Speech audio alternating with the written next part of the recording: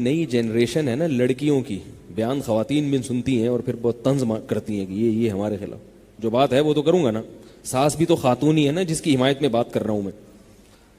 آج کل انہوں نے ساس سسر کی خدمت سے بالکل ہاتھ کھینچ لیا ہے، بالکل ہاتھ کھینچ۔ یہ بہت غلط ہے۔ یہ جو مسئلہ بیان کیا جاتا ہے کہ بہو پر ساس سسر کی خدمت واجب نہیں ہے، یہ مسئلہ اس طرح نہیں ہے۔ واجب نہیں ہونے کا مطلب یہ ہے کہ نکاح کا جو ایگریمنٹ ہے، معاہدہ ہے، وہ ایگریمنٹ میں یہ چیز نہیں ہوتی کہ ساس سسر کی خدمت بھی کرے گی۔ یعنی عورت پر لازم ہے کہ وہ شوہر کی خواہش کو پورا کرے، اس کے گھر سے باہر نہ نکلے، اس کو اولاد دے، یہ نکاح کا ایگریمنٹ ہے۔ باقی اخلاقیات بھی تو کوئی چیز ہوتی ہے نا۔ آپ بس میں سفر کر رہے ہوں، کوئی بوڑھا آدمی بیچارہ ہانپتا کانپتا ہوا کھڑا ہوا ہو اور آپ کو پتا ہے کہ 1-8 گھنٹے کا راستہ ہے، آپ اس کے لیے سیٹ چھوڑو گے کہ نہیں چھوڑو گے؟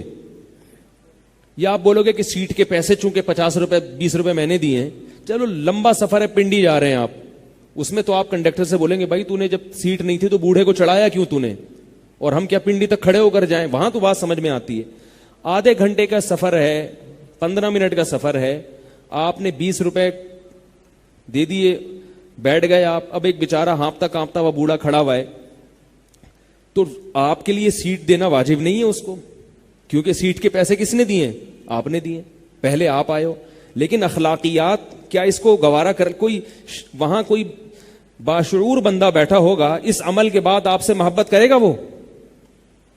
ہے بھائی، یہ تقریر سن کے وہ خوش مطمئن ہو جائے گا کہ بھئی پیسے میں نے دیے، میرا حق ہے؟ ٹھیک ہے، پیسے آپ نے دیے، آپ کا حق ہے، لیکن ایسے موقع پہ ذرہ برابر بھی انسانیت ہو تو انسان اس بوڑھے کے لیے جگہ چھوڑ دیتا ہے۔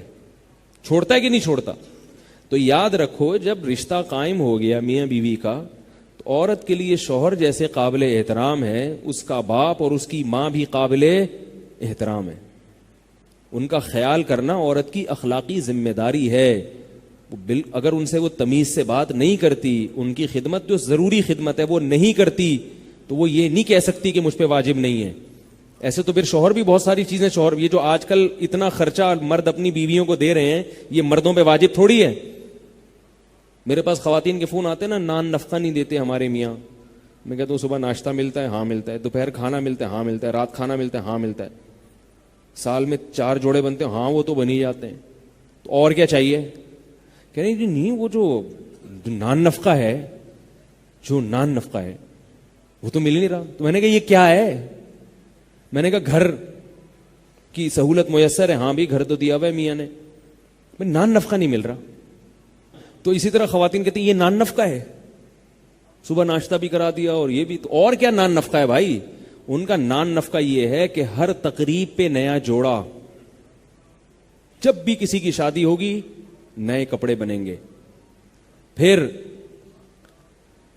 میکڈونلڈ، صحیح ہے نا، پھر 2 دریا پہ جانا ہے ہر ہفتے، یہ ساری چیزیں ملا ملو کے، پھر میرے سالہ آ رہا ہے اس کی دعوت، پھر ساس آ رہی ہیں پھر اس کی دعوت، پھر فلانا آ رہا ہے، پھر وہ ایک بیچارے پر نا ایک اس کو نان نفقہ کہتے ہیں۔ باقی یہ کوئی نان نفقہ تھوڑی ہے، یہ تو ویسے ہی کھانا ہے بھائی، یہ تو ضرورت ہے۔ تو بھائی وہ بھی تو اضافی خرچ کر رہا ہے، تو آپ کی بھی ذمہ داری ہے کہ آپ بھی اخلاقیات کے معیار پہ پورا اتریں۔ باقی یہ بڑا گمبھیر مسئلہ ہے کہ میں یک طرفہ بات نہیں کرتا، بعض دفعہ ساس اپنے ساس ہونے کا بھی ناجائز فائدہ اٹھاتی ہیں، وہ ہر وقت ذہنی طور پہ ٹارچر کرتی رہتی ہیں، یہ بھی ہوتا ہے۔ سسر اتنا نہیں تنگ کرتے، ساسیں زیادہ تنگ کرتی ہیں، وہ ٹارچر ذہنی طور پر، وہ اپنی بیٹی نہیں سمجھ رہی اس کو۔ اس لیے علماء آج کل کہتے ہیں کہ بھائی بیوی کو الگ گھر پہلے لے کے دو اور شادی بعد میں کرو۔ حضرت مولانا اشرف علی تھانوی رحمہ اللہ نے اس پہ بہت تاکید کی ہے کہ بھائی پہلے الگ گھر کا انتظام کرو پھر شادی کرو۔ ہاں جس کے پاس گنجائش نہیں ہے تو ایک الگ بات ہے، لیکن ہر گھر میں ایسا نہیں ہوتا۔ بہت ساری جوائنٹ فیملیاں میں جانتا ہوں بہت تمیز کے ساتھ رہ رہے ہیں، کیونکہ جوائنٹ فیملی میں رہنے میں جو برکتیں ہیں وہ الگ الگ رہنے میں نہیں ہیں۔